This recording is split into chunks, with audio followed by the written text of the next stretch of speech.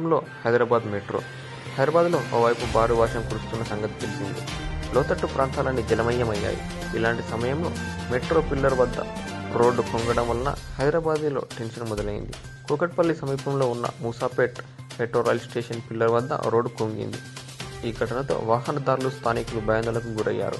వెంటనే అక్కడికి చేరుకున్న మెట్రో సిబ్బంది బ్యారికేడ్లు ఏర్పాటు చేసింది. గతంలో రోడ్డును తవ్వి అక్కడ మళ్లీ వేశారని, ఆ ప్రాంతంలోనే రోడ్డు కుంగిపోయిందని మెట్రో అధికారులు చెప్పారు.